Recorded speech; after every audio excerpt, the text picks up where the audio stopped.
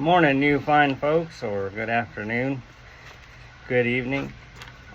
Pete Russell here at G-Force. Just wanted to explain a few things about arms and arm shock mount positioning. Each car will have a balance, and using the X3 for example right now is I drove the car, I watched the car, we raced the car, and we noticed that the front of an X3 always seems to dive down. We've also experienced arm companies moving positions of the shock. So if they move, say, the rear shock, if they move the lower trailing arm shock mount back, say a half an inch, 3/4 of an inch, this makes the back of the car stiffer. So now if you have the front of the car being softer and the rear of the car being stiffer than even stock, now you have a car that's going to just constantly be pushing. What we take into effect is we measure shock speed and shock travel for every inch that the rear or the front wheel move up. We take a measurement in millimeters of how far the shaft travels. So the first inch, it moves a certain distance. The second inch, it moves another distance. The third, the fourth, the fifth, all the way up to 14. So by doing this, we can see if there's like a rising rate naturally built into the shock, or if it's a flat rate staying the same the whole way. But it always comes down to the initial speed, and the initial speed being something that's crucial. The end speed, obviously, if it's a flat rate, is also crucial.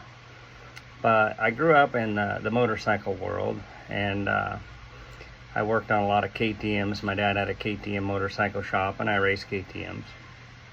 They had a certain distance from the swing arm pivot to the lower shock pivot that it stayed the same from like 1998 to 2007.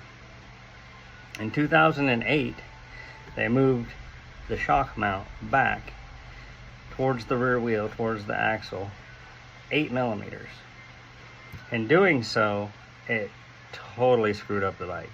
So the bike now is much stiffer in the rear. They have to take away valving, take away spring, and we had huge success with the PDS shock, which is a non-linkage shock.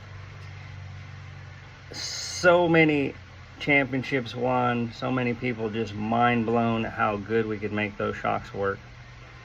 When they switched to this 8 millimeters back and now made the bike want to do this all the time, you couldn't valve it to even come close to being as good.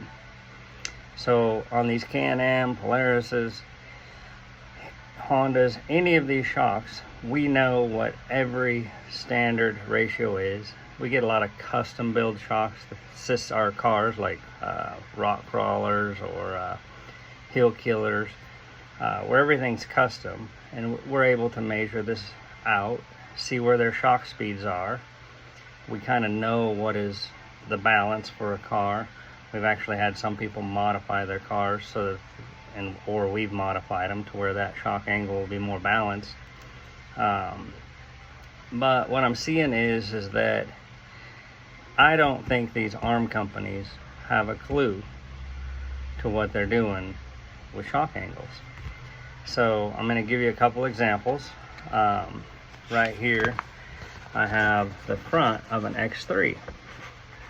Now what you'll see is you'll see the stock position, and the stock position moves each inch that the front wheel comes up. It moves the shock position at first 12.25, and by the end of the 14 inches that it moves up, it's moving at 14.25. So it's actually got a 2 millimeter increase of speed, which is awesome. It's kind of like having a little progression to your shock speed. But this initial speed is too soft. It just makes the front of the car dive in. You're hitting whoops and it's just wanting to go into the whoops. You come into a corner and it's wanting to dive in. And people would assume, yeah, I'm going to take and put stiffer springs on it, and I'm going to add some more valving to it. Well, I simply changed the position to get 12.75 to 14.75, and even with the same valving that I had in this shock, now I'm getting less dropout.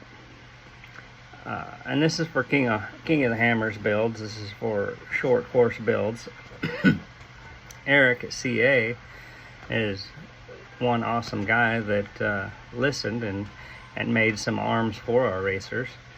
But we moved this out a certain distance, and we moved it up a certain distance. And we had Canyon Baker running them on short course. We had Todd Beckett running it, and Jamie McCoy, and a few other guys running at King of the Hammers. So when I went out and I tested this, after increasing it, which the distance that I moved it to get these numbers, I had started out in my first position, which was my logical thinking that this is going to hold up the front of the car better. And I went out and tested. I'm like, you know, the car feels pretty good. It feels pretty balanced. Now I'm going to try putting it back in the stock position. I didn't go 2 minutes and I came back and said, there is no way. The car feels squirrely. It doesn't feel as flat. It doesn't feel stable. I feel sketchy going over the same stuff at the same speed. Like, holy cow, this is like huge difference. Well, now you add into the mix that people want to make lower arm mounts. And the problem with a lower arm mount, and if you compare, say, our trick setup versus a lower arm mount, these shock speeds are way faster. So like, for example, for Kyle Cheney's builds, using the lower arms, I have to take a lot of valving away. I have to make it super soft. And then when I'm out driving in the car, I'm noticing, yeah, the car is flat, it holds up, but because it has not as much valving anymore and not as much spring anymore, it's basically essentially moving a little too fast, and it doesn't have any rising rate. It doesn't have that 2 millimeters of rising rate to it. So now I'm seeing the front tire come way up high when it doesn't need to. I'm having to cut the valving down. And overall, they kind of feel somewhat similar, my trick position and the lower arm mount. You know, they make a lower arm mount because they say it's pushing on the shock differently, and or the knuckle differently. It's holding the wheel at a better grip point.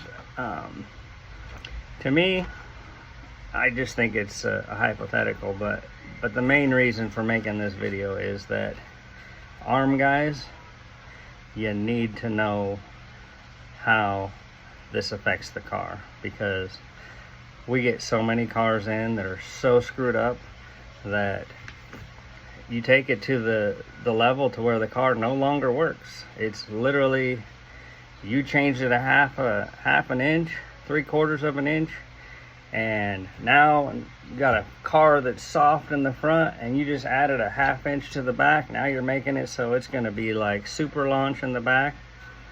That's why we ask when people send us their suspension chart, that we, you know, ask them all the details. You got a skid plate, which arms do you use? If it's something new and something that came out, we ask them, you know, go and measure this distance. We need to know, because if we don't know, your shocks will not work if we don't know that number. So it's important, it's critical that these consumers understand that they're just ordering parts that look cool, that have a different build, square tubing, round tubing. But if they're building it without the knowledge of understanding how a car operates and what that particular car has for its inherent structure, they're going to take it way out. And I've never seen anybody bring it in or make it right. So I just wanted to explain that.